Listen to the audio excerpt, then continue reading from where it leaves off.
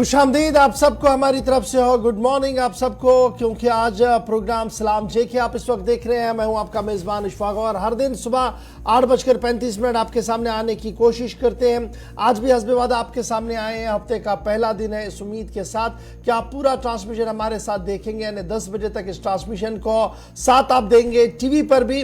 और अगर आप सफ़र कर रहे हैं, बैरून रियासत जा रहे हैं, तो आप हमारे साथ बिल्कुल ज्वाइन कर सकते हैं फेसबुक, ट्विटर, इंस्टाग्राम को और हमारी ऑफिशियल वेबसाइट www.gulistanews.in पर, जहां पर आप खबर पढ़ेंगे भी, तज्जिया लिख भी सकते हैं और साथ साथ लाइव ट्रांसमिशन को भी देख सकते हैं। और माजी के प्रोग्रामों में भी अगर आपने कुछ देखना हो तो वहां पर आप गैलरीज में जाकर वो चीज़ें भी देख सकते हैं। तो ये सारी चीज़ें आपके और हमारे बीच राब्ते को और मजबूत, मुस्तहकम और बेहतर बनाने के लिए है। उम्मीद है कि आज का दिन आपका बखैरियत से गुजरे।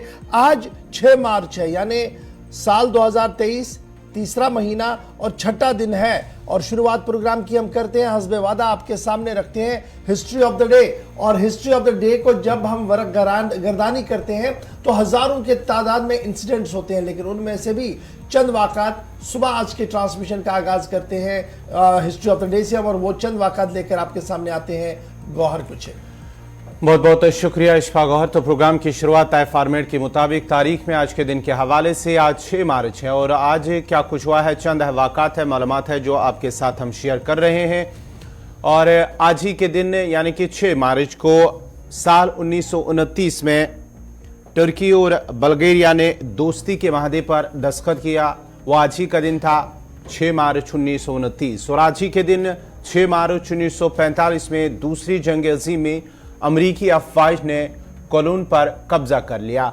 और आज ही के दिन 6 मार्च साल 1957 में गाना बरतानिया से आज़ादी हासिल करने वाला अफ्रीका जनूब सहरा का पहला मुल्क बन गया। और आज ही के दिन 6 मार्च साल 1992 में माइकल एंजेलो का ये कंप्यूटर वायरस था, दुनिया के कंप्यूटर्स को मुतासर करना शुरू किया दो साल 1992 में। और 6 मार्च साल 1960 में सदर सुकार्नो ने इंडोनेशिया की पार्लियामेंट तहलील कर दी।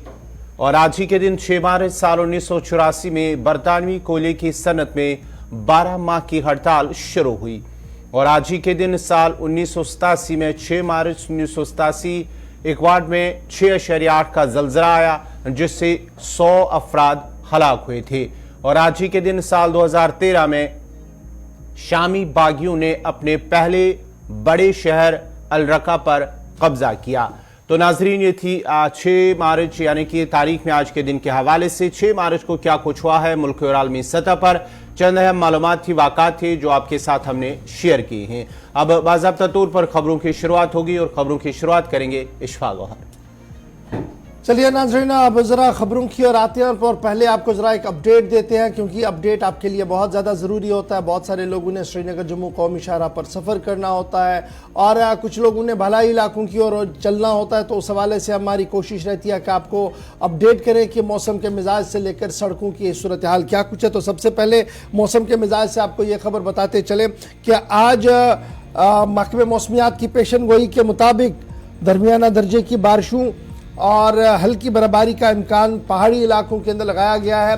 अगले 24 घंटों में हल्की बर्फबारी और बारिशों का इम्कान जो है वो पहाड़ी इलाकों के अंदर है। मैदानी इलाकों के अंदर मतला आलूद रह सकता है। ताहम डिज़ास्टर मैनेजमेंट की तरफ से भी एवलॉन्च वार्निंग जारी कर दी गई है, यानी बर्फानी तूदे गिरा सकते हैं। इस सिलसिले में डिज़ास्टर मैनेजमेंट की तरफ से बाज़ाब्ता तौर पर वार्निंग जो है वो जारी कर दी गई है। और डिज़ास्टर मैनेजमेंट की जो वार्निंग जारी कर दी गई है ये 3 अजला के लिए, 3 डिस्ट्रिक्ट्स के लिए कश्मीर सूबे के हैं, गांदरबल, कुपवाड़ा और बांडीपोरा।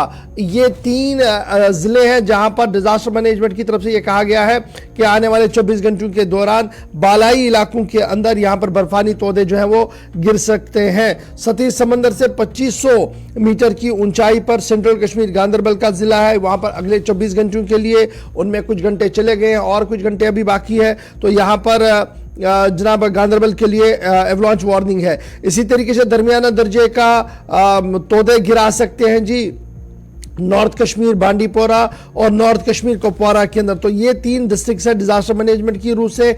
वहीं पर महकमे मौसमियात की पेशन गोई के मुताबिक मतला अबर आलूद रहेगा, ताहम 6 मार्च और 12 मार्च के दरमियान हल्की बूंदाबांदी का सिलसिला भी शुरू हो सकता है। यानी आज जिस तरीके से हम आपको बता रहे थे कि पहाड़ी इलाकों के अंदर हल्की बारिशों का इम्कान और बर्फबारी का इम्कान है, तो मैदानी इलाकों में आज मतला अबर आलूद रहेगा और मतला अबर आलूद रहने के साथ ही एक बार फिर हल्की बारिशों का सिलसिला भी हो सकता है। इस तरीके की पेशन गोई जो है वो श्रीनगर महकमे मौसमियात की तरफ से की गई है। इधर श्रीनगर जम्मू कौमी शाहरा के हवाले से भी खबर सामने आ रही है, जहां पर महकमे ट्रैफिक की तरफ से जो इत्तला सामने आई है, अभी तक श्रीनगर जम्मू कौमी शाहरा पर गाड़ियों की आवाजाही लगातार जारी है। कल कुछ वक्त के लिए गाड़ियों की आवाजाही को रोक दिया गया था क्योंकि एक भारी चट्टान गिराया था जिसको बाद में हटा दिया गया था। 2-3 घंटे की मशक्कत के बाद कौमी शाहरा पर गाड़ियों को चलने की इजाजत दे दी गई थी और आज भी सुबह से लगातार हैवी व्हीकल जो है उन्हें जम्मू से श्रीनगर की ओर रवाना करने की कोशिश की गई थी और अब बाज़ाब्ता तौर पर दोनों तरफ से गाड़ियों की आवाजाही इस वक्त चल रही है। इस तरीके की इत्तला जो है वो महकमे ट्रैफिक की तरफ से दी गई है। अब जरा बढ़ते हैं जी आगे। महकमे की इस खबर के बाद जरा एक और अहम और बड़ी खबर की ओर आते हैं, क्योंकि मामला जम्मू कश्मीर इंतजामिया के फैसले का है। लेफ्टिनेंट गवर्नर एडमिनिस्ट्रेशन की तरफ से जो पीपीपी मोड पर मुख्तलिफ प्रोजेक्टों को देने की बात कही गई है, मुख्तलिफ अमलाक को देने की बात कही गई है, अब उसमें एक और नाम जो है वो जुड़ चुका है। और खबर इस वक्त जम्मू कश्मीर से ये आ रही है कि गोल्फ कोर्स, श्रीनगर का जो गोल्फ कोर्स है उसे बाज़ाब्ता तौर पर आउटसोर्स किया जाएगा। रॉयल स्प्रिंग गोल्फ कोर्स को आउटसोर्स करने के अहकाम जारी कर दिए गए हैं और बाज़ाब्ता तौर पर यह आउटसोर्स जो गोल्फ कोर्स का होगा ये पीपीपी मोड पर होगा, यानी प्राइवेट पब्लिक पार्टनरशिप मोड पर होगा। और यह भी याद रखिएगा ये जो गोल्फ कोर्स है royal spring golf course Srinagar का, ये एशिया का सबसे खूबसूरत और बड़ा गोल्फ कोर्स माना जाता है। एशिया का सबसे बड़ा गोल्फ कोर्स अब पीपीपी मोड पर बिकने जा रहा है और पीपल्स पार्टनरशिप मोड पर जो है वो इसे दिया जाएगा और इस सिलसिले में अहकामात जो है वो जारी कर दिए गए हैं। कई महीनों से लगातार इस पूरे मामले पर गुफ्तशनीद हो रही थी कि क्या गोल्फ कोर्स श्रीनगर को दिया जाए पीपीपी मोड पर या नहीं। फाइनली जो फैसला लिया गया है वो यही है कि जनाब इसे बाज़ाब्ता तौर पर आउटसोर्स किया जाए। और जो ही ये रात देर गए खबर सामने आई कि इसको आउटसोर्स किया जाएगा और महकमे ने हरी झंडी दे दी है, सियासी महाज पर भी बयानबाजियों का सिलसिला शुरू हो गया और पीपल्स डेमोक्रेटिक पार्टी की सदर महबूबा मुफ्ती ने बाज़ाब्ता तौर पर बयान जारी करते हुए इन फैसलों की नुक्ताचीनी की है। इधर खबर जो सामने आ रही है कि मैनेजमेंट जिन्होंने ये फैसला लिया है उसमें 2-3 चीजें बड़ी अहम बातें बताई गई है। गोल्फ कोर्स की इंतजामिया को इस फैसले से आगाह कर दिया गया है। पहली बात यह सामने आ रही है कि आउटसोर्स किया जा रहा है जी गोल्फ कोर्स को पीपीपी मोड पर, और जो मैनेजमेंट गोल्फ कोर्स है उन्हें यह बात बता दी गई है। इसके साथ साथ department of tourism Jammu Kashmir के भी कुछ असासे वहां पर है, उन्हें भी पीपीपी मोड पर देने का फैसला ले लिया गया है रॉयल स्प्रिंग गोल्फ कोर्स के अंदर, जो इस वक्त एशिया का सबसे बेहतर गोल्फ कोर्स जो है वो माना जा रहा है। गवर्नमेंट की तरफ से जो list primarily list of information मांगा गया है उसमें क्या कुछ है रॉयल स्प्रिंग गोल्फ कोर्स का। एक ये कहा गया कि लैंड जो है यानी ज़मीन कितनी है जी उस हवाले से तफसील दी जाए, टाइटल डीड किसके नाम का है और ओनरशिप समझने के लिए ये पूरा मामला जो है वो सरकार की तरफ से मांगा गया है। Ownership of the golf course state government का है नहीं है, इसको देखा जाएगा। Detail of golf course design क्या है और इसमें डिज़ाइनर्स के क्या क्या और काम बाकी है उस पर भी गुफ्तगू जो है वो भी मांगा गया है इंतज़ामिया ने गोल्फ कोर्स की एडमिनिस्ट्रेशन से। फिर जब आप अंदर आप देखते हैं तो कैफेटेरिया है, रेस्टोरेंट है, क्लब हाउस है और दीगर चीज़ें हैं, स्विमिंग पूल, बिलियर्ड, टेंस और दीगर चीज़ें खेलने की वहाँ पर काफ़ी बंदोबस्त रखा गया था। तो फाइनली एशिया का सबसे बड़ा और खूबसूरत गोल्फ कोर्स जो है ये पीपीपी मोड पर बिकने जा रहा है और बाज़ाब्ता तौर पर इंतज़ामिया ने इसको बाज़ाब्ता तौर पर इंतज़ामिया ने जो है इसको अप्रूवल दे दी है और आने वाले चंद दिनों के अंदर अंदर जो है वो इसके ऑर्डर जारी कर दिए जाएंगे। परफॉर्मेंस डाटा भी मांगा गया, एक तो ये टाइटल डीड और ये सारी चीजें मांगी गई है। दूसरी बड़ी बात जो इसमें है वो है पास्ट परफॉर्मेंस डाटा और प्रॉपर्टी स्पेसिफिक डाटा मांगा गया है। फाइनेंशियल स्टेटमेंट पिछले 5 सालों का मांगा गया है कि रेवेन्यू कितना है जी, मेंबरशिप और दीगर चीजें जो है वो इसकी कितनी है। अच्छा, फिर डिटेल ऑफ अदर रेवेन्यूज जो गोल्फ कोर्स को मिलता है फीस के तौर पर, दीगर चीज़ों के तौर पर, खर्चाजात क्या कुछ है वो मांगे गए हैं। और इसी तरीके से कैपेक्स बजट और दीगर चीज़ों में क्या कुछ उन्हें मिल चुका है, क्या कुछ मिलने वाला है, उसकी डिटेल्स भी जो है वो कलेक्ट कर दी गई है।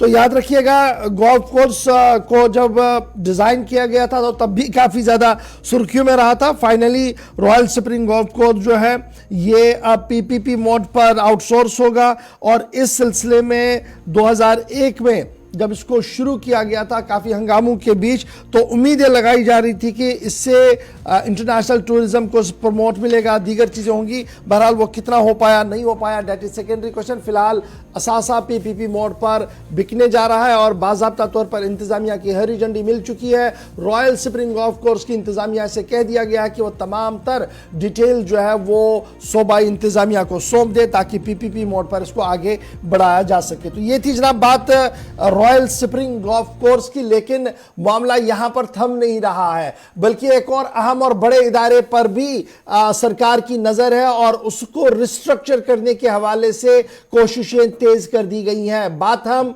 ईडीआई पापोर की आपको बताते हैं। और ईडीआई के हवाले से जो खबर सामने आ रही है, ईडीआई को लेकर जम्मू कश्मीर इंतजामिया का एक बड़ा फैसला सामने आया है और रिऑर्गेनाइज किया जा रहा है जी ईडीआई डिपार्टमेंट को। जम्मू कश्मीर इंतजामिया ने जो ईडीआई को दोबारा से रिऑर्गेनाइज करने की बात सामने रखी है।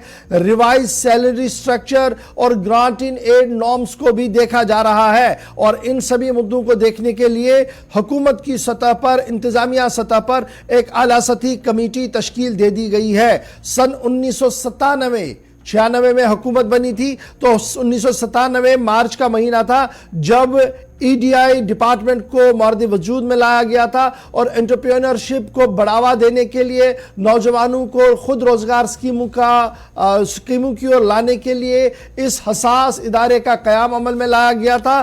ताहम खबरें यह हैं कि काफ़ी ज़्यादा बेज़ाब्तियाँ यहाँ पर हुई है। प्रमोशंस के अंदर काफ़ी ज़्यादा बेज़ाब्तियाँ तनख्वाहों को लेकर है, ग्रांट इन एड्स को लेकर है। तो उन सभी चीज़ों को अब अरसर नौ देखने के लिए ईडीआई को, यानी एंटरप्रेन्योरशिप डेवलपमेंट इंस्टीट्यूट, ये एक बड़ा इदारा है आज के दिन में, इसको रिस्ट्रक्चर किया जा रहा है। और जम्मू कश्मीर इंतजामिया ने आला सतही कमेटी और सब कमेटी जो है वो कॉन्स्टिट्यूट कर दी गई है, जो इब्तिदाई तौर पर इन तमाम मामलात को देखेगी जो मैंने आपके सामने रख दिए हैं। सरकार ने जो कॉन्स्टिट्यूट की है sub committee under the chairmanship of administrative secretary department of industries and commerce, वो एग्जामिन करेगी डॉक्यूमेंट्स इन लाइन जो इसके साथ रेफरेंस के साथ जुड़ रहे हैं, क्योंकि रेफरेंस जो है वो ऑलरेडी ऑर्डर के अंदर आ चुका है। रिस्ट्रक्चरिंग कमेटी कॉन्स्टिट्यूट कर दी गई 21 अप्रैल 2022 को।